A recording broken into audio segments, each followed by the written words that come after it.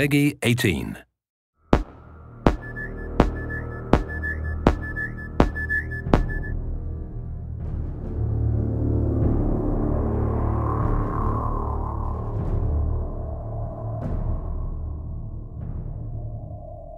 One of the exciting things about creating Aliens Colonial Marines is that it's not based on a movie, it's a sequel to a movie, a series of movies. We had Ridley Scott's Alien, followed by James Cameron's Aliens. These movies defined science fiction for so many people, and it's humbling that my studio and I get to create a sequel to these films in video game form. Aliens Colonial Marines is immersive. It's fast, scary, frightening, badass, dark. How many fingers am I holding up? He's fine.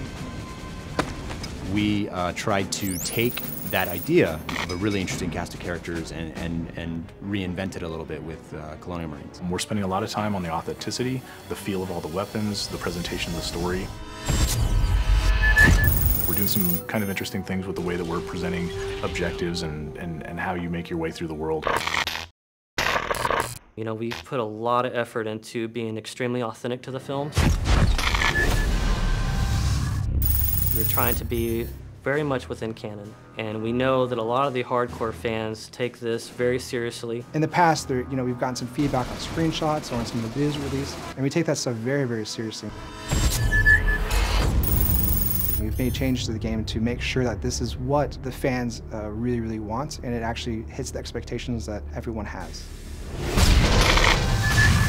Well, for one, I think one of the similarities that you would find between Cameron's Aliens and where we are with the game is really in sort of look and feel, tone of the game. It has what you would think as if Cameron was directing himself, and at least that's our hope, is that you feel like the cinematography feels correct, you feel like the look and feel of the weapons, the way the aliens move, is something that maybe he would have done if he was directing a game like this. So we want to present something that's as compelling and detailed and beautiful and exciting as the films, but in an interactive experience.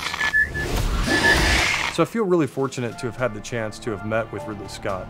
We were talking about possibly doing a Blade Runner game, which a lot of people have heard about and would love to see, and we would love to see at some point. But in that conversation that we had with him, he also knew that we were interested in making an Aliens game. So he brought out his sort of storyboards for the movie Alien, and he went through, basically one by one, and has kind of been able to explain to us some of the backstory and some of those kind of things that we've been able to incorporate in the game.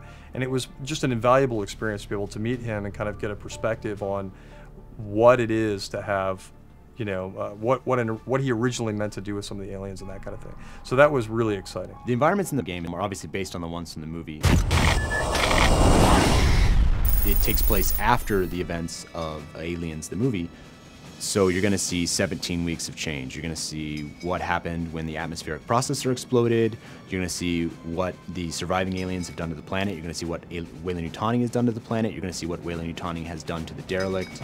You're definitely going to see what happened in the 17 weeks since the events in Aliens, the film. If you enjoyed the films, you'll get double satisfaction from it because of all the connections that stays true to the canon. It's got a very strong story, it's got great action, it's got an interesting enemy, it's got interesting environments, it'll make you shit your pants from time to time. The Aliens universe is just cool. You're Aliens Marines and you've got this badass arsenal, awesome armor and gear, and you get to go kick ass. We're Aliens fans, and we've taken the risk to tell the story of what happens next. These aliens are gnarly. Like, Colonial Marines are badasses. They can handle anything, right? Except for this.